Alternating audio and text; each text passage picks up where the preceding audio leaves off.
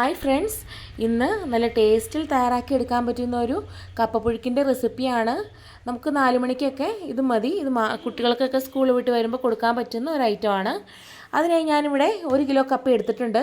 അതൊന്ന് തൊലി കളഞ്ഞ് കഴുകി വൃത്തിയാക്കിയതിന് ശേഷം നമുക്ക് കുക്കറിലിട്ട് കുറച്ച് ഉപ്പും നികപ്പി വെള്ളവും ഒഴിച്ചൊന്ന് വേവിച്ചെടുക്കാം. ഇനി നമുക്ക് ആവശ്യത്തിന് വേണ്ടത് ഒരു 2 സവാള, വറ്റൽമുളക്, കുറച്ച് വെളുത്തുള്ളി ചതച്ചത്, കറിവേപ്പിലയാണ്. ഇനി നമുക്കൊരു പാൻ അടുപ്പത്ത് വെച്ച് അതിലേക്ക് ആവശ്യത്തിന് വെളിച്ചെണ്ണ ഒഴിച്ച് കുറച്ച് കടുകിട്ടൊന്ന് പൊട്ടി വരുമ്പോൾ അതിലേക്ക് നമ്മൾ അരിഞ്ഞു വെച്ചിട്ടുള്ള എല്ലാം ഒന്ന് ചേർത്ത് കൊടുത്ത് ബ്രൗൺ കളർ ആകും വരെ ഒന്ന് ഇളക്കി യോജിപ്പിക്കാം. അതിലേക്ക് കുറച്ചും കൂടി ഉപ്പൊന്ന് ചേർത്ത് കൊടുക്കാം.